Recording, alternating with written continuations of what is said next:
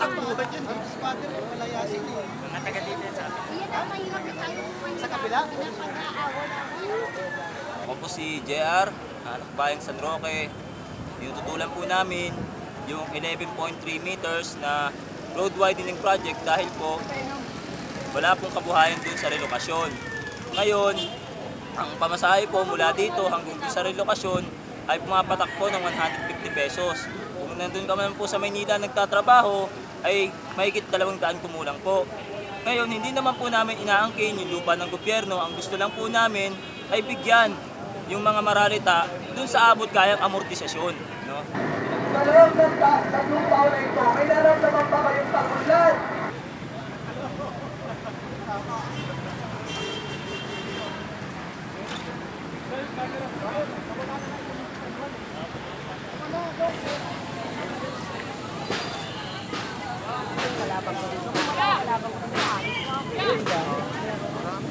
Hanggang ngayon tuloy-tuloy ang banta. Ang amin lang hinahanap, ano ba yung kagustuhan ng gobyerno? Kami itapon mula sa sinasabi ng danger zone papunta sa dead zone. Doon po kasi sa relocation ng Gaya-Gaya, malinaw po doon na tag-ulan man o tag-init, kung darating yung kahit pabugso-bugso lang yung ulan, di na baha talaga doon.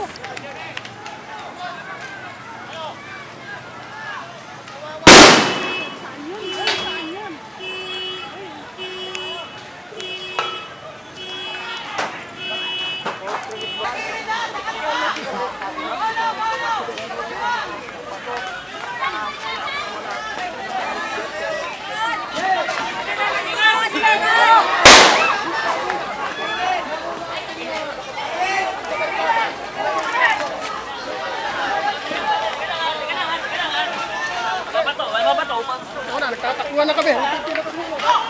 Papalabang kayo talaga dyan.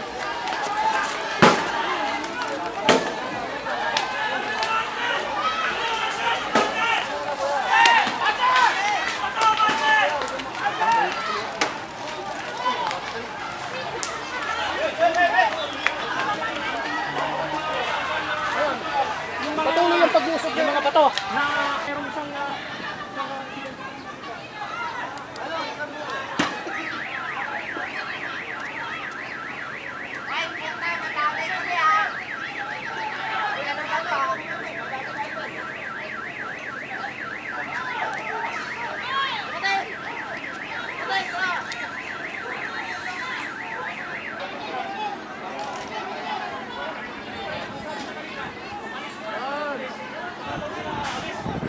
break down yung